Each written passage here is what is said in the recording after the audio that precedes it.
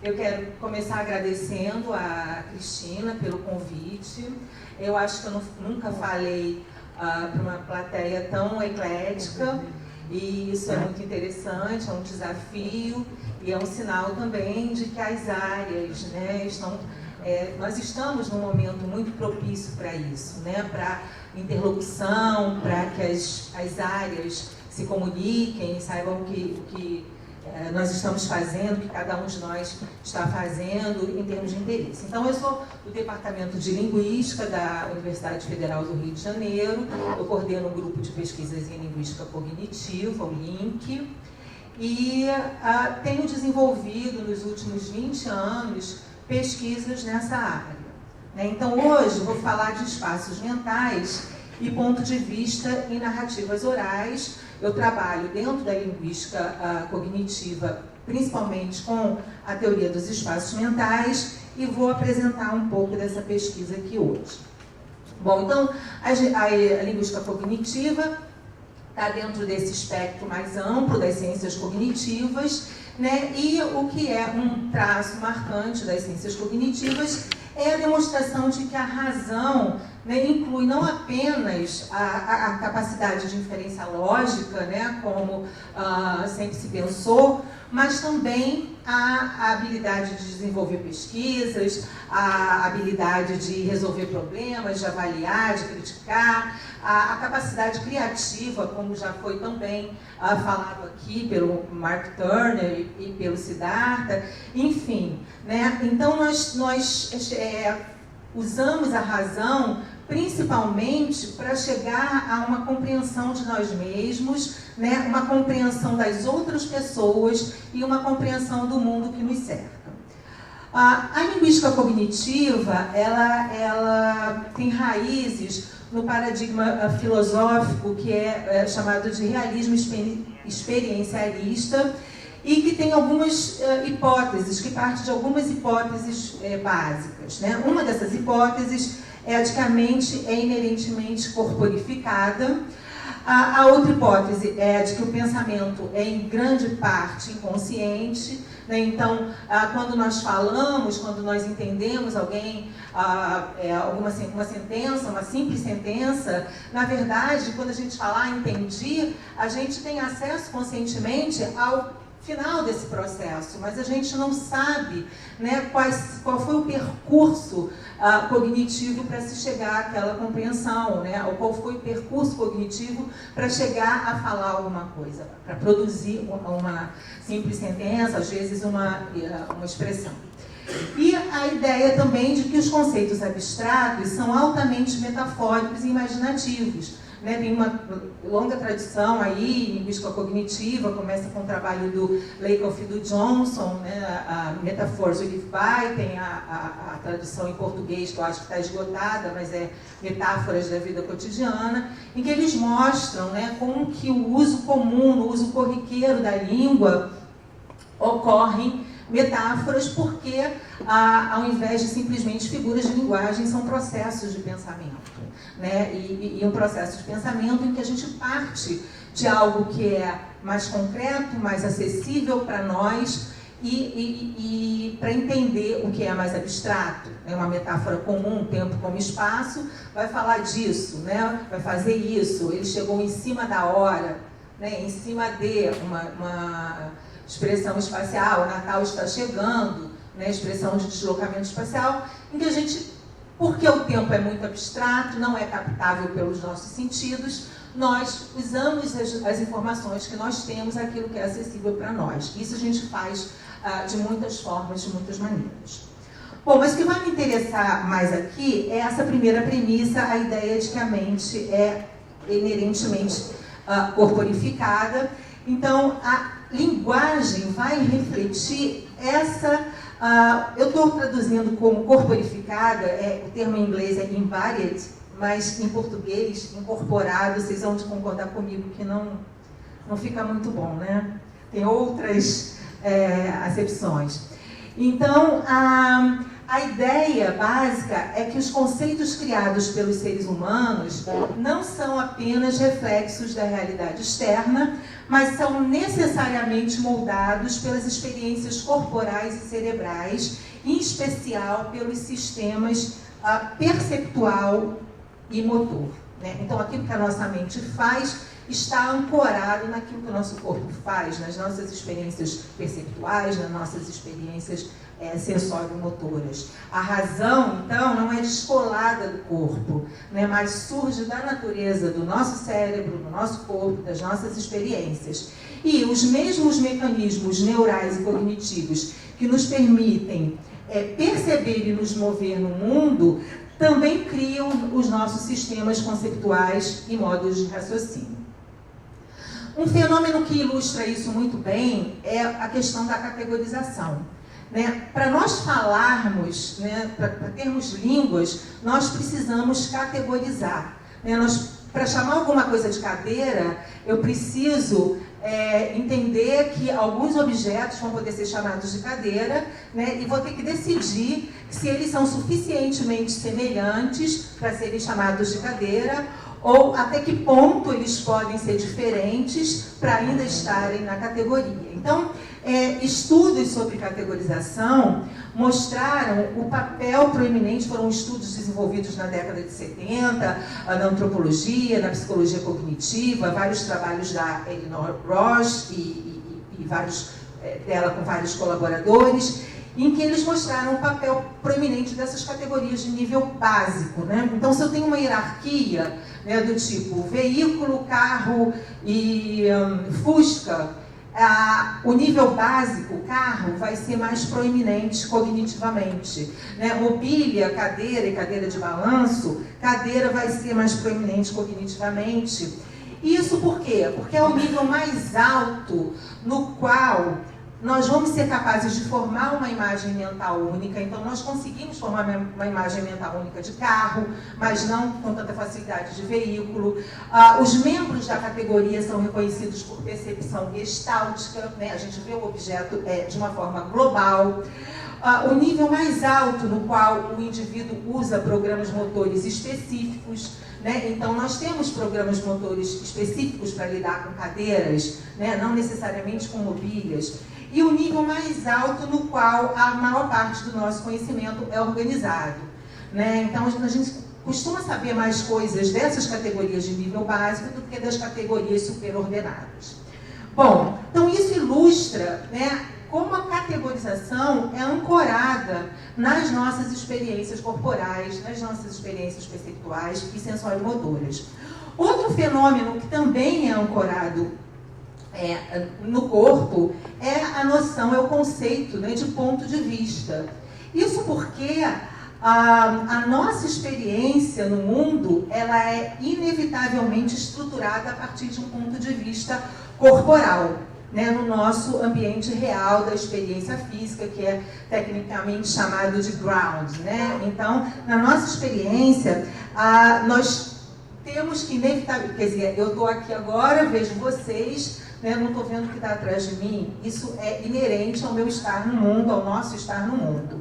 Eu coloquei aqui essa charge, que a pessoa da esquerda diz 4, a pessoa da direita diz não, são 3, né, e justamente em função dos diferentes pontos de vista, e nós que estamos vendo a charge, nós conseguimos entender, flexibilizar e ver por que o da esquerda está vendo 4, por que o da direita está vendo 3. Né? Então, além de nós estarmos ancorados num ponto de vista, nós somos capazes de ter pontos de vista múltiplos. Né?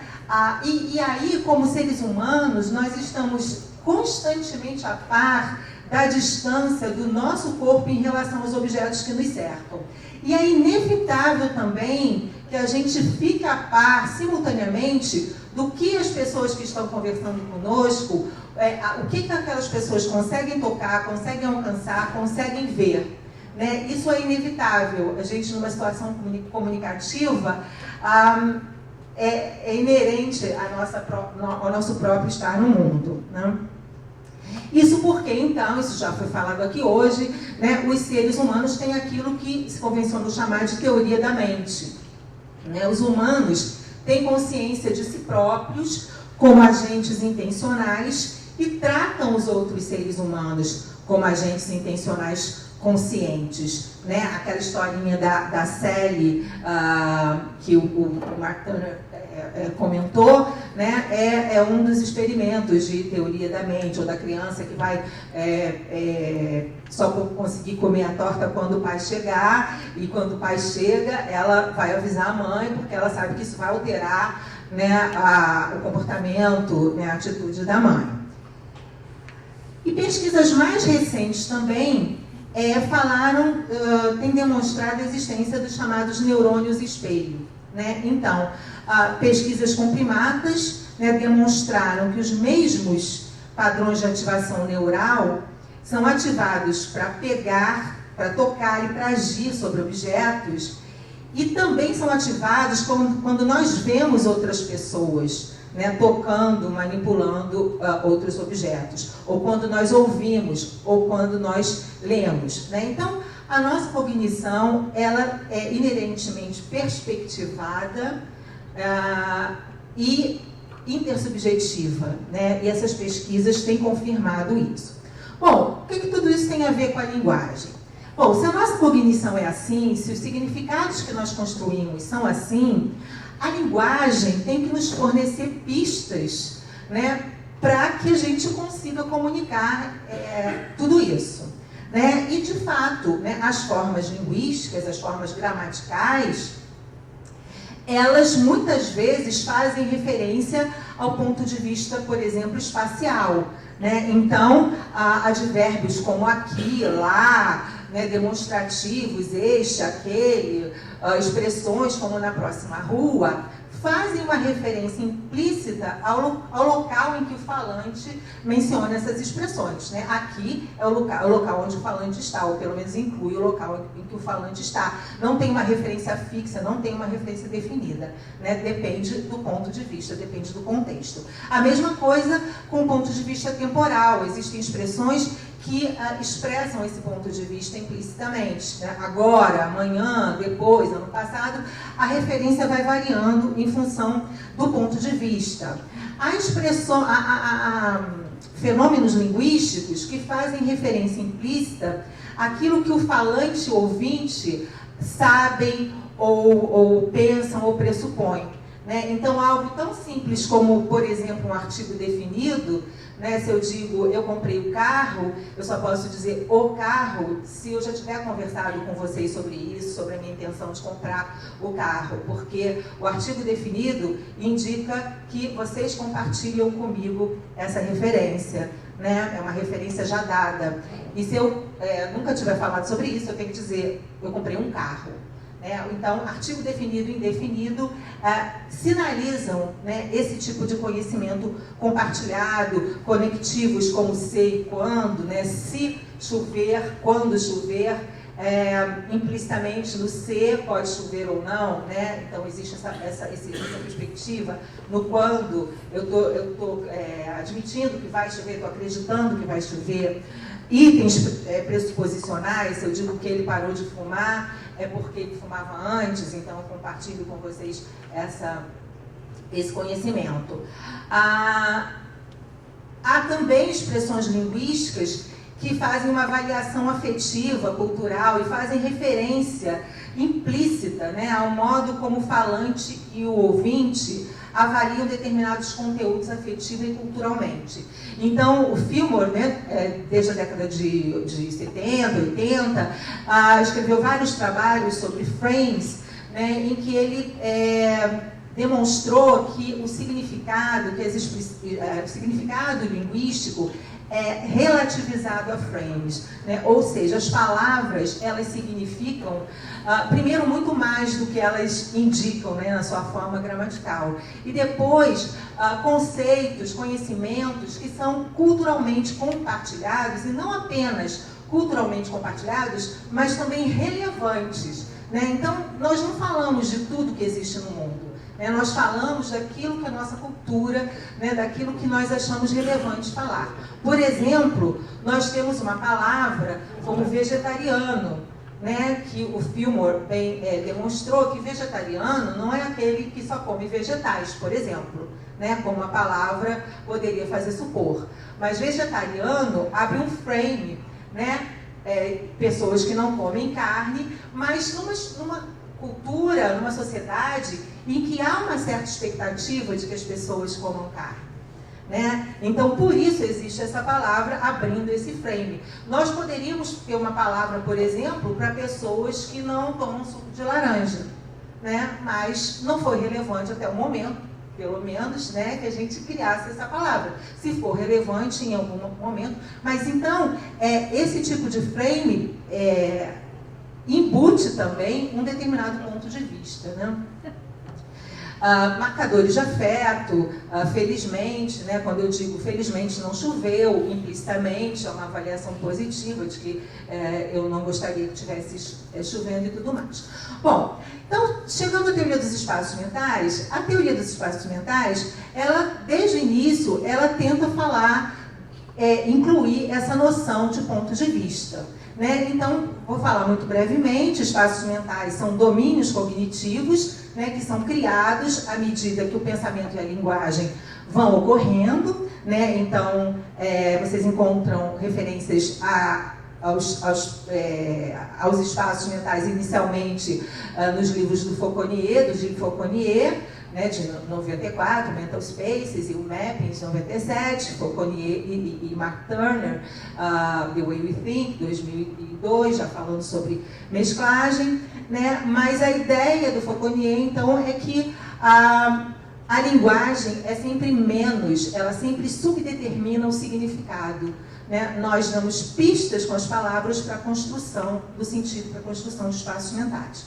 Então, há sempre um espaço base, porque nós sempre falamos numa determinada situação comunicativa. Então, a base é onde estão o falante, os ouvintes, numa determinada situação, num determinado local, num determinado momento. E se eu resolver falar de alguma coisa que aconteceu no passado, por exemplo, a base vai ser o ponto de vista para criar esse espaço passado. Né? Se eu quiser falar de alguma coisa contrafactual, né? Por exemplo, se os seres humanos voassem, a base é o ponto de vista para criar esse espaço contrafactual. E o espaço que eu estou criando é o espaço foco, é o espaço ao qual eu adiciono conteúdo. Aqui eu coloquei alguns construtores de espaços, né? Eu posso criar espaço geográfico, temporal, hipotético, de representação, contrafactual, e com expressões, né, linguísticas que podem ser expressões locativas, podem ser condicionais, em que me permitem justamente... Porque se eu dissesse, por exemplo, há muitas praias, vocês iam entender que há muitas praias aqui em Natal, certo? Então, para que vocês possam acompanhar o meu pensamento, caso ele se desloque do ground, eu preciso de um construtor de espaço mental. Bom, e aí eu peguei uma das sentenças lá, no filme Jack Nicholson, o Coringa, né? Quando a gente fala uma coisa dessas, Jack Nicholson da base, que é o autor, está sendo projetado no espaço de representação, no espaço do filme, como o Coringa. Nós frequentemente fazemos a mesclagem disso aqui, né? E é muito comum os atores serem... quando fazem papel de vilão, né, alguns até já sofreram algumas agressões, né, quando estão andando pela rua e tal, porque a mesclagem é muito também comum a partir desse tipo de projeção. O Fauconnier falou lá no início que esse tipo de teoria permite explicar, por exemplo, por que uma frase como no Chile a presidente comentou sobre política brasileira, por que essa frase é ambígua? Né? Vocês percebem que a frase tem duas leituras possíveis? Né? Pode ser a leitura de que a Dilma Rousseff comentou sobre política brasileira quando estava no Chile, ou pode ter a leitura que a Michelle Bachelet, que é a presidente do Chile, comentou sobre política brasileira. Né? A representação, então, eu vou construir um espaço passado de comentou a partir da base, mas eu vou acessar o referente a presidente, e aí eu posso escolher ou na base né? E aí seria o significado de que a Dilma Rousseff comentou sobre política brasileira, ou no espaço que foi criado do Chile, né? E aí a Michelle Bachelet que falou sobre política brasileira.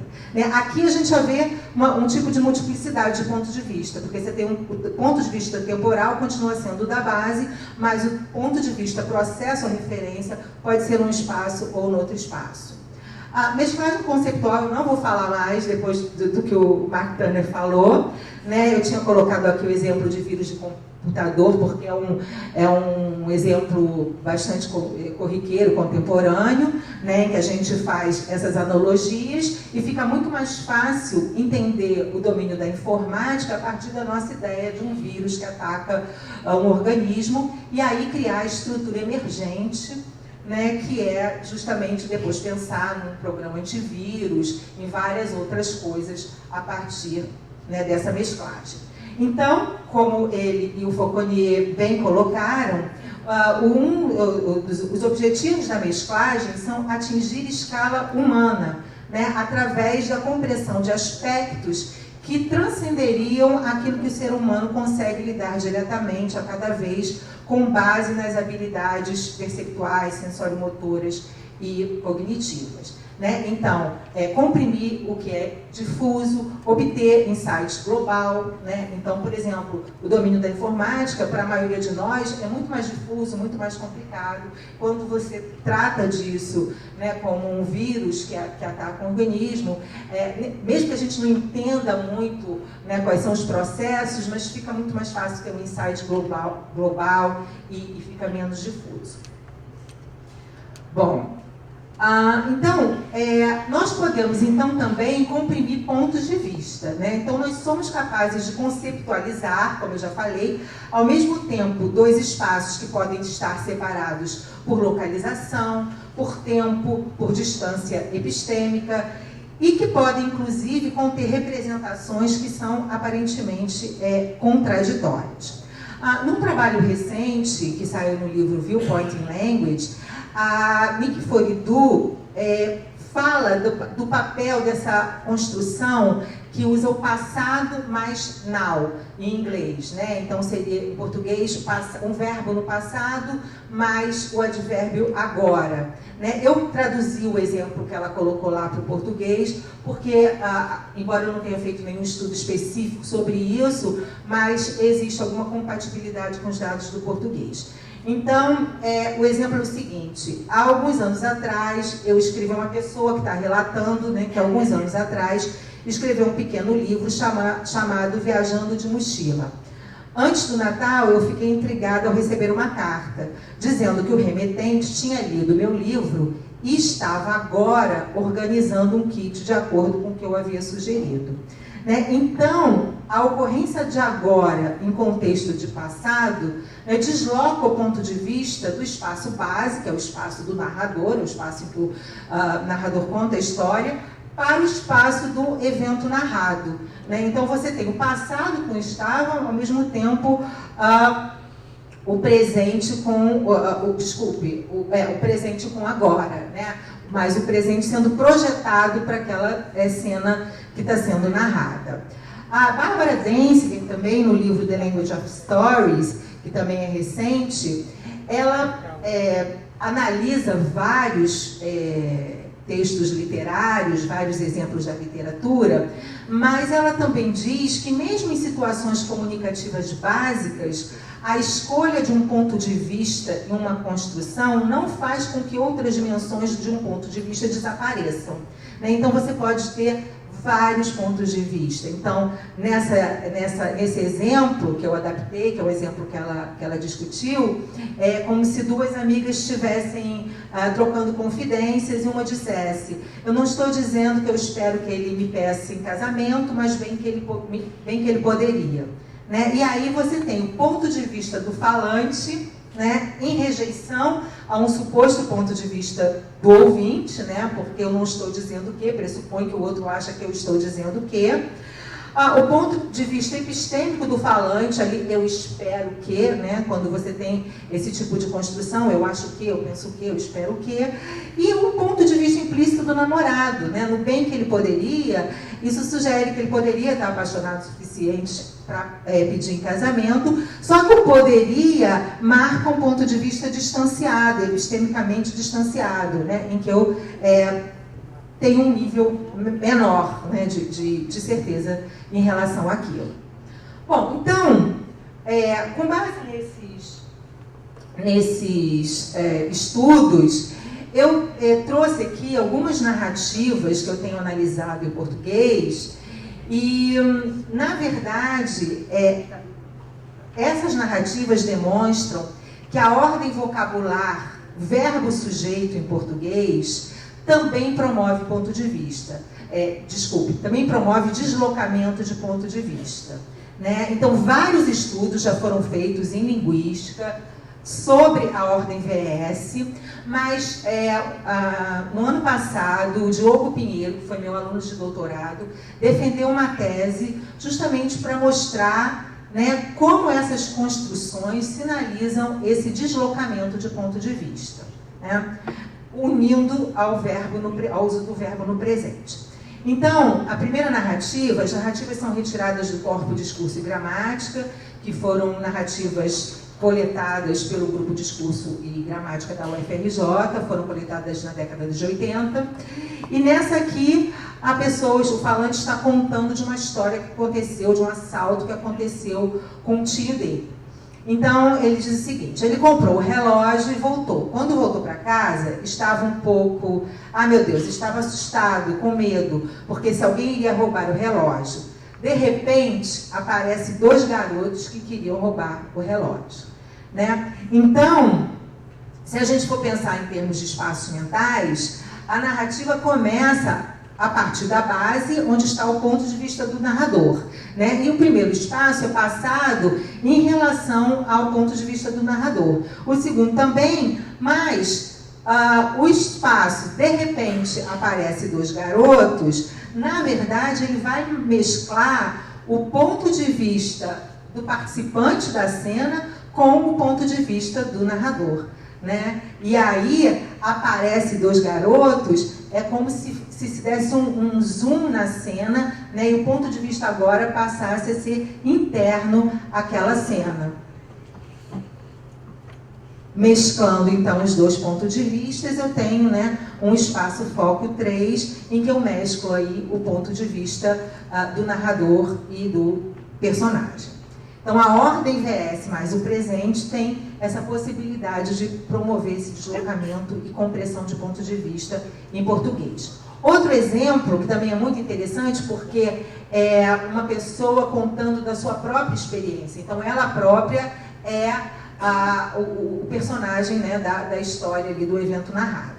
Então, conta o seguinte: aí bati num Voyage, perdi a direção do carro, fui raspando o carro pelo paredão do túnel assim, uns 100 metros. Aí eu parei o carro. Aí eu tentei sair com o carro, não tinha jeito, o carro quebrou tudo. Aí, saltei do carro para pedir ajuda, né? Aí eu comecei a andar. Aí na minha frente tinha um Voyage parado, batido também. Aí eu fui conversar com os caras do carro, né? Isso era na época que ainda não tinha lei seca, né? Vem eu doidão. Não lembrava de nada da batida mais. Aí eu cheguei para os caras e perguntei: cara, tu bateu com o carro aqui também? Que coincidência. Aí o cara veio para cima de mim, querer me bater, né? Então, essa construção, vem eu doidão, é muito interessante. Primeiro, porque todos os estudos em linguística de origem funcionalista descreviam a ordem VS como relacionada a sujeitos novos, a informação nova. E realmente, né, a gente vai dizer, se a gente não está esperando, chegou uma carta, né, morreu fulano, né, então tem alguma coisa a ver com informação nova, sim. Mas aqui eu tenho um sujeito que é a primeira pessoa, nada mais dado no discurso, mais conhecido no discurso, do que a primeira pessoa. Outro fato interessante, o verbo no presente, a gente está vendo, porque o ponto de vista está se deslocando para a cena narrada. E outra coisa, o verbo vir, né? Porque ele poderia ter dito, vou eu doidão, poderia ter usado o verbo ir. Então, ele joga o ponto de vista para a cena narrada, mas não para ele na cena narrada, e sim para a pessoa em quem ele bateu, em cujo carro ele bateu. Né? E é do ponto de vista dessa pessoa que ele vem doidão. Né? Então, da mesma forma que no outro exemplo, né, o ponto de vista vai se deslocando a partir da base, né, vários espaços passados são criados, até que no Pô, vem eu doidão, você tem uma mesclagem do ponto de vista do narrador com o ponto de vista da pessoa, do participante da cena descrita. Né? E a gramática é uma pista para essa operação cognitiva. Então, eu queria concluir, né, dizendo que o que eu tentei fazer aqui hoje foi ilustrar essa premissa, né, de que a linguagem reflete o caráter corporificado e perspectivado da cognição, né, formas sintáticas específicas, né, no caso que eu demonstrei aqui, a ordem VS e o verbo no presente, associadas a um tipo particular de discurso, no caso, narrativas orais, podem evocar mudança e compressão de perspectiva, envolvendo o ponto de vista do narrador e de um participante do evento narrado, incluindo uma versão passada do próprio narrador. Obrigada.